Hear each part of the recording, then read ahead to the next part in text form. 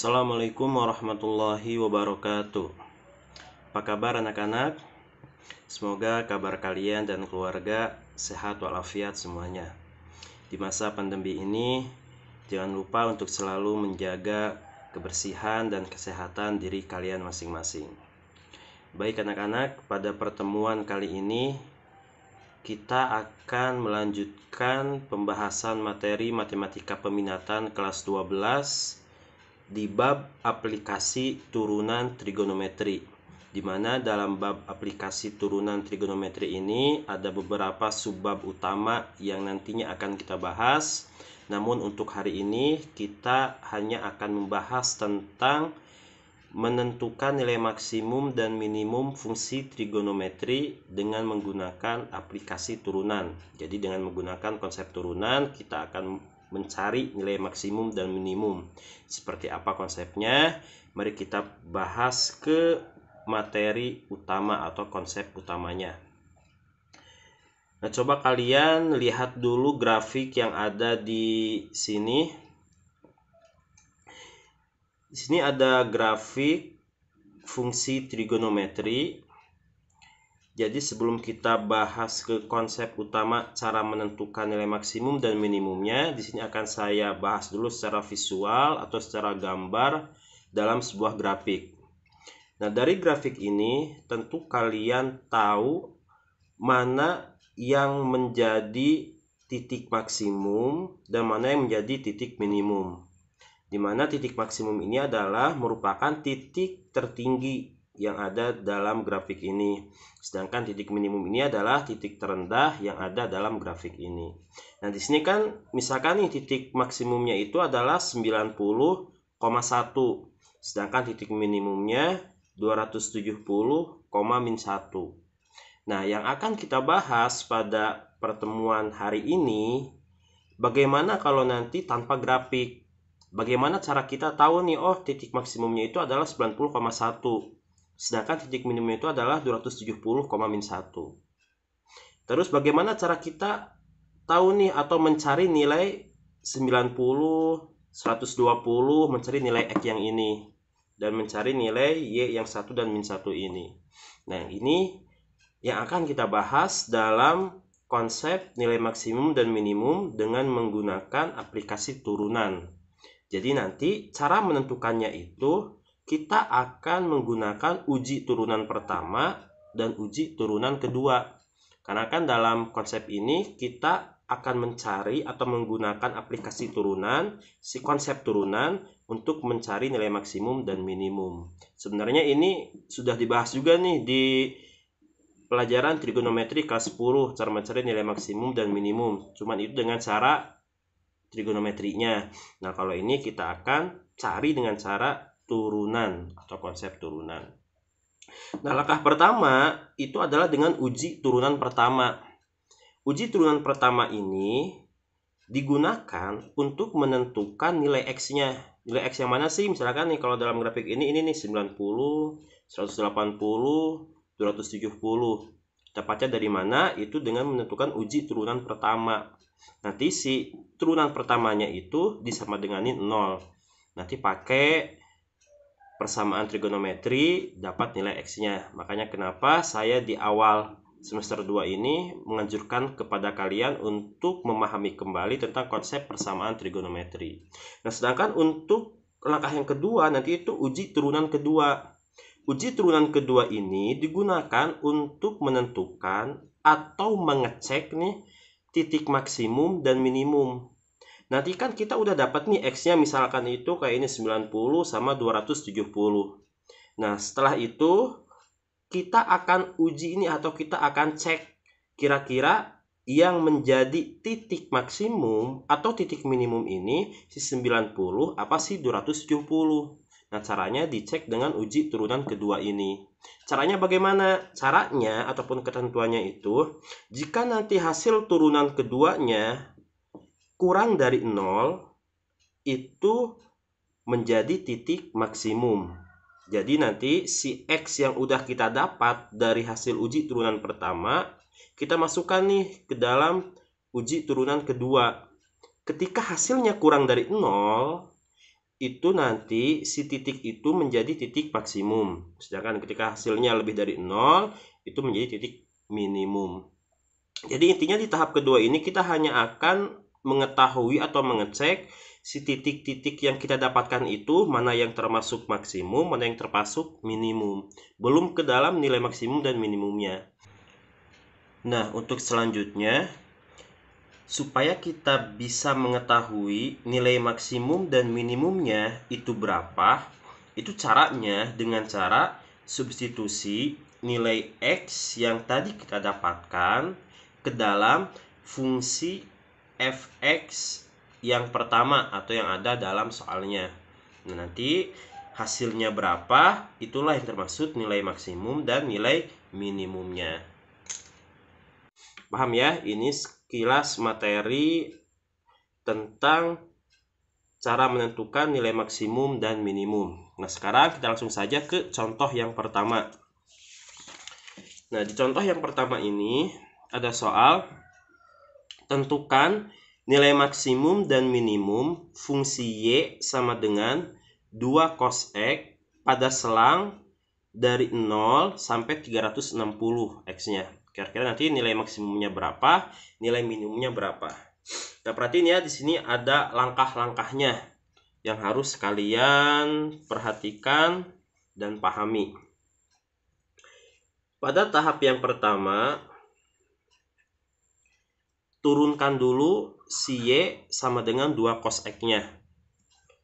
Di sini kan Y sama dengan 2 cos X. Berarti turunannya Y aksen sama dengan 2. Turunan dari cos apa? Min sin kan? Berarti min sin, ini X aja, min sin X. Jadi turunannya Y sama dengan Y aksen sama dengan min 2 sin X. Nah, kita udah dapat nih turunan pertamanya itu min 2 sin X. Nah, setelah itu kan kita akan mencari nilai X-nya kan? Dengan cara apa tadi? Langkah kedua, mencari X. Mencari X. Caranya itu, si turunan ini disama denganin 0. Jadi, min 2 sin X sama dengan 0. Nah, setelah ini kita akan mencari X-nya kira-kira berapa sih yang memenuhi persamaan ini. Nah, di sini gunanya kalian memahami atau mempelajari kembali tentang persamaan trigonometri. Di sini kita akan menggunakan persamaan trigonometri untuk mendapatkan nilai X-nya berapa. Nah, otomatis kan ini sin X sama dengan min 2-nya pindah ke bawah, jadi membagikan 0 per min 2. 0 bagi min 2 tetap hasilnya 0. Jadi sin X sama dengan 0. Nah, kalau udah seperti ini, sin X sama dengan 0, gunakan persamaan trigonometri sin, kan otomatis kan, karena berhubungan dengan sin. Persamaan trigono sin. Ya, ingat, sin X sama dengan 0. Kira-kira sin berapa sih yang hasilnya itu sama dengan 0? Jadi kayak gini. Sin X sama dengan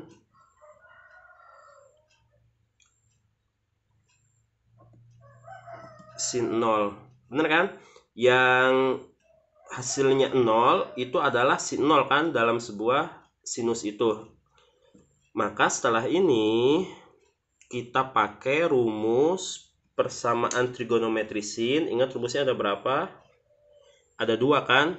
Yang pertama, X sama dengan alfa kali 360. Sedangkan rumus yang keduanya, X sama dengan 180 min alfa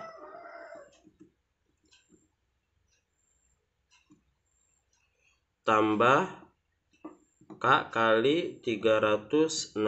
Maafin juga, sama dengan tambah K K kali 360. Nah, alfanya itu yang mana? Alfanya itu yang ini kan, yang 0 ini. Sudutnya itu. Jadi, dalam tahap ini kalian harus benar-benar paham tentang konsep persamaan trigonometrinya. Dalam contoh soal yang pertama ini yang kita gunakan persamaan trigonometri sin. Mungkin nanti akan gunakan persamaan trigonometri cos atau tangen. Nah, sekarang baru nih kita akan cari nih nilai X-nya. X sama dengan, tadi kan sudutnya itu 0. 0 tambah K kali 360. Sedangkan yang ini X sama dengan 180 kurangi 0, tetap 180 kan, 180 tambah K kali 360.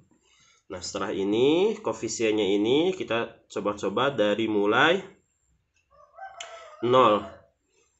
Kalau K-nya sama dengan 0, nanti ketemu X-nya sama dengan berapa? 0 kali 360 habis, tambah 0, berarti X-nya ketemu 0. Kalau K-nya sama dengan 1,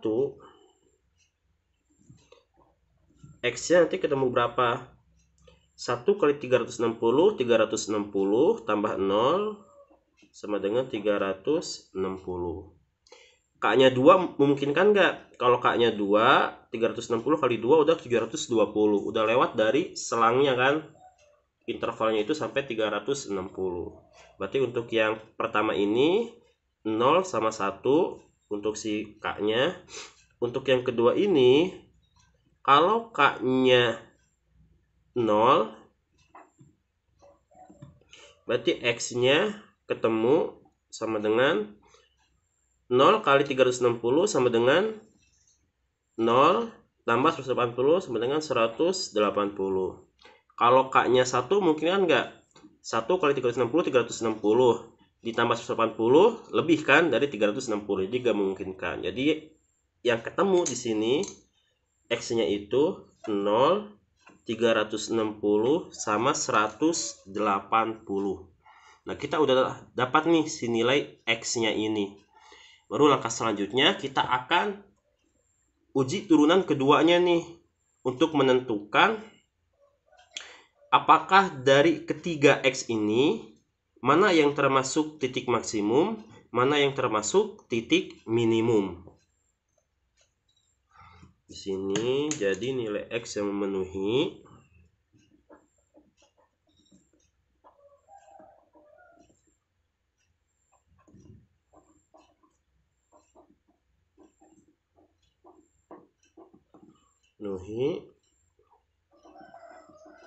adalah 0, 180 dan 360. Untuk tahap selanjutnya, supaya kita bisa mengetahui nilai maksimum dan minimumnya itu berapa, itu caranya dengan cara substitusi nilai X yang tadi kita dapatkan ke dalam fungsi fx yang pertama atau yang ada dalam soalnya.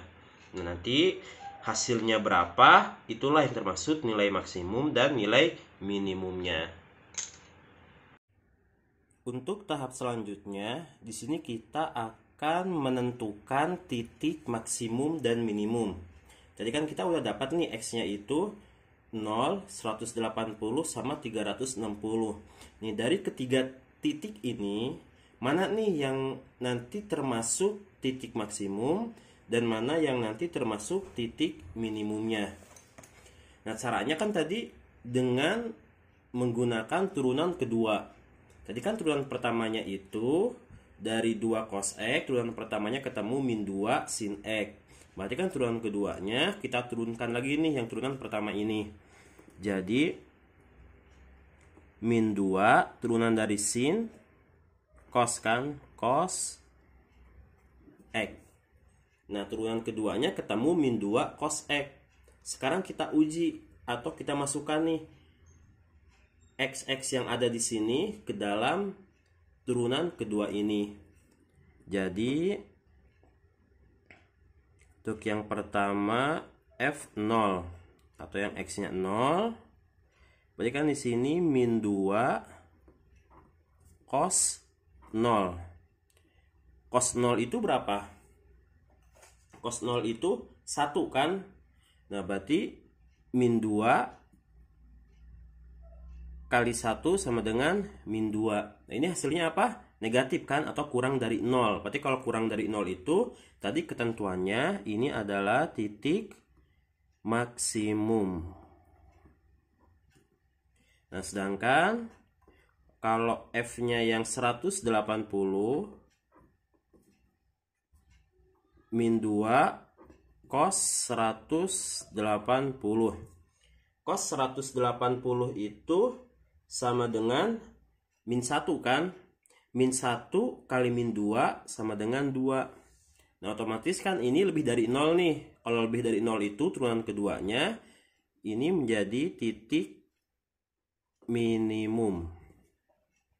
Nah, yang terakhir F360. Berarti sama dengan min 2 cos 360. Cos 360 itu berapa? 1 kan? Cos 360 sama dengan 1. 1 kali min 2, min 2. Ini kurang dari 0 juga, berarti titik yang ini titik maksimum. Nah, jadi ini dari ketiga titik ini, yang termasuk ke dalam titik maksimum itu adalah yang 0 sama 360. Sedangkan yang termasuk ke dalam titik minimum adalah yang 180. Nah, setelah langkah ini, kita udah tahu nih, oh yang termasuk ke dalam titik maksimum itu 0 dan 360, yang termasuk ke dalam titik minimum itu 180. Nah, untuk tahap yang terakhir ini, kita akan menentukan nilai maksimum dan minimum. Ingat tadi caranya itu dengan mensubstitusi nilai X yang sudah kita dapatkan tadi ke dalam fungsi utama atau fungsi yang ada dalam soalnya, yaitu yang ini. Y sama dengan 2 cos X. Tapi kan tadi kita udah menguji nih dengan turunan kedua, mana yang termasuk titik maksimum, mana yang termasuk titik minimum. Nah, yang termasuk titik maksimum itu kan tadi adalah yang X-nya 0 sama 360. Nanti pasti nih hasilnya pun ini akan menjadi nilai maksimum. Nah, tadi yang termasuk titik minimum itu adalah titik 180. Nah, nanti ketika dimasukkan ke dalam fungsi utamanya, pasti nih yang hasil minimum atau nilai minimum itu adalah yang di titik ini gitu. Kita buktikan ya sekarang. Nah, ini kan F0 sama dengan tadi fungsinya yang ini ya, 2 cos X. Berarti 2 cos 0 sama dengan cos 0 itu sama dengan 1 kali 2 2. Nah, sedangkan F360 2 cos 360. Cos 360 sama dengan 1 dikali 2 sama dengan 2. Nah, sedangkan yang nilai minimum ini sama dengan 2 cos 180. Berarti kan sama dengan cos 180 itu min 1. Min 1 kali 2 sama dengan min 2. Nah, paham kan? Jadi ini dari sini kita tahu nih, oh bener kan? Yang termasuk nilai maksimum itu adalah 2 nilai maksimum. Dan yang menjadi nilai minimum ini adalah min 2. Ingat ya, perhatiin lagi, untuk menentukan nilai maksimum dan minimum itu, kalian substitusi X-nya ke dalam fungsi fx ataupun fungsi yang utama yang ada di soalnya, bukan ke dalam turunan kedua atau bukan ke dalam turunan pertamanya. Nah, terus di sini nih, kalau pertanyaannya, jika jadi ini kesimpulan akhirnya, ini kan yang tanyakan nilai maksimum dan minimum. Jadi nilai maksimumnya sama dengan 2 dan nilai minimumnya sama dengan min 2. Nah, kalau yang tanyakannya nilai maksimum dan minimum. Nah, kalau nanti dalam kasus soal yang lain yang tanyakannya adalah titik maksimum dan titik minimum. Nah, berarti kan jawabannya itu menjadi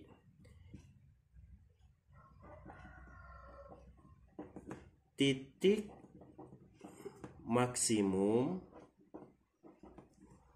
itu sama dengan, nih, ambil yang hasil ini 2, koma berapa nih tadi? 0 kan? 2,0 dan